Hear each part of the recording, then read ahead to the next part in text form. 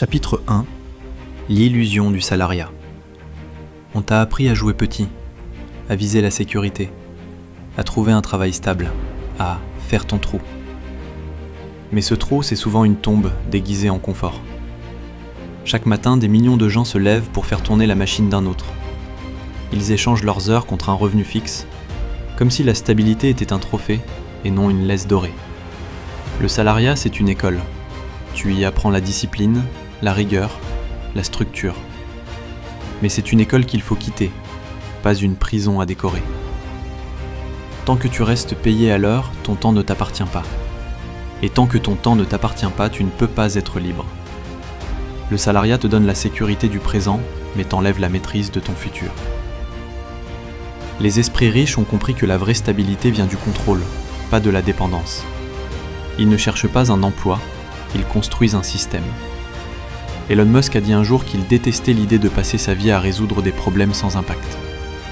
C'est cette obsession du sens qui sépare ceux qui travaillent pour survivre de ceux qui travaillent pour construire. Un salaire, c'est bien, mais la liberté, c'est mieux. Et la liberté ne s'obtient pas en priant pour une augmentation. Elle se crée en bâtissant des leviers. Quand tu comprends ça, tu ne regardes plus ton job pareil. Il devient un tremplin, pas une cage. Un terrain d'entraînement, pas un refuge. Chapitre 2. Le risque maîtrisé.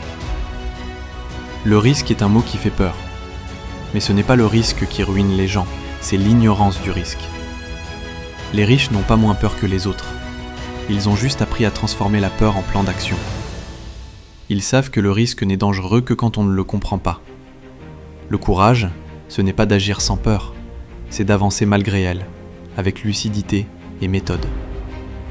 Un investisseur avisé ne mise pas, il calcule. Il ne cherche pas la chance, il crée les conditions de son succès. Bernard Tapie l'avait résumé à sa manière.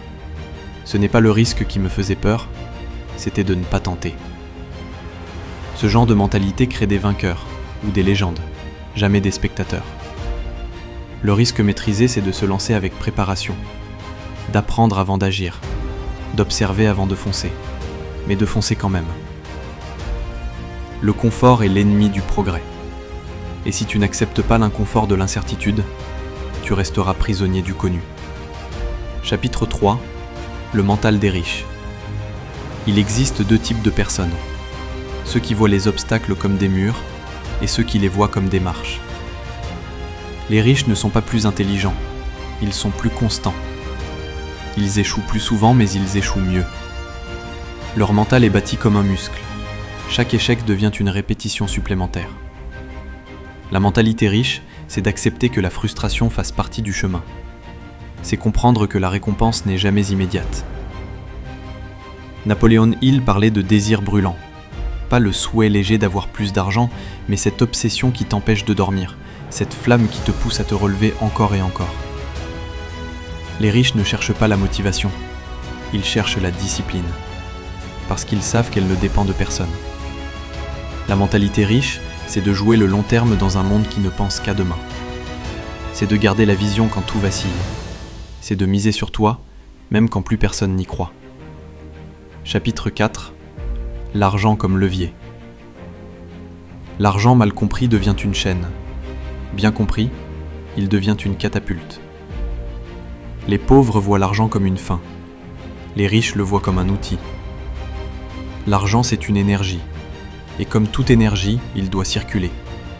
Tu peux le consommer ou le faire fructifier. Les riches ont compris la règle simple. Ce n'est pas combien tu gagnes qui compte, c'est combien tu fais travailler. Chaque euro peut devenir un employé. Un petit soldat envoyé au combat pour te ramener plus d'euros. L'argent doit créer du flux, le fameux cash flow.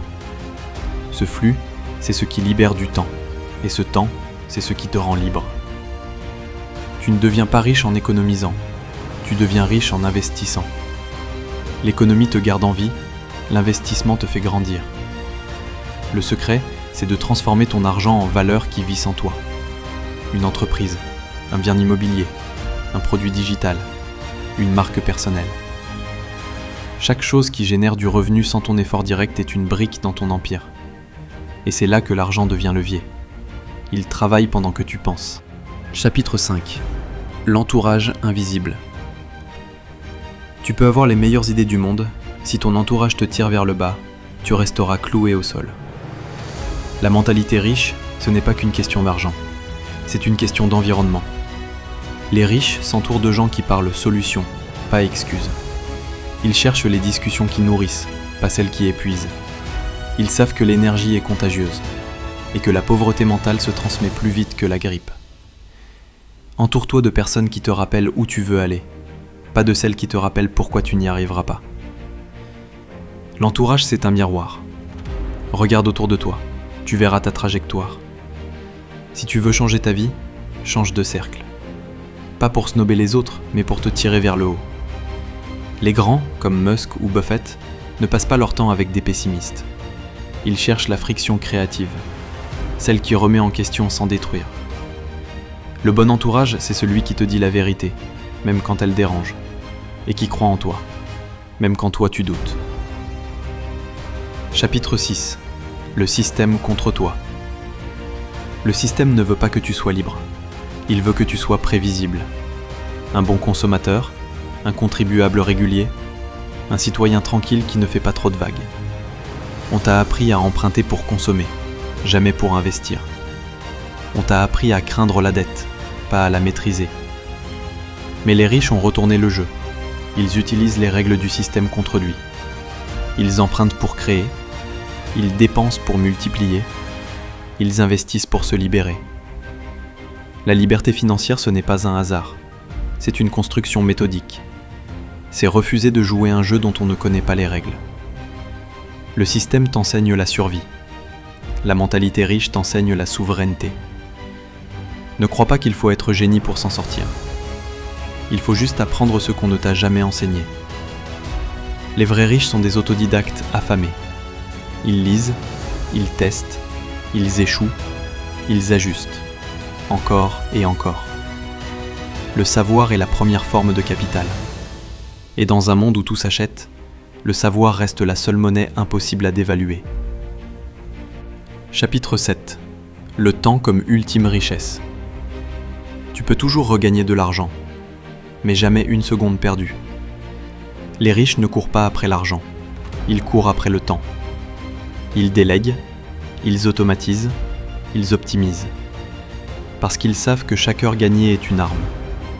La liberté financière, ce n'est pas rouler en Lamborghini.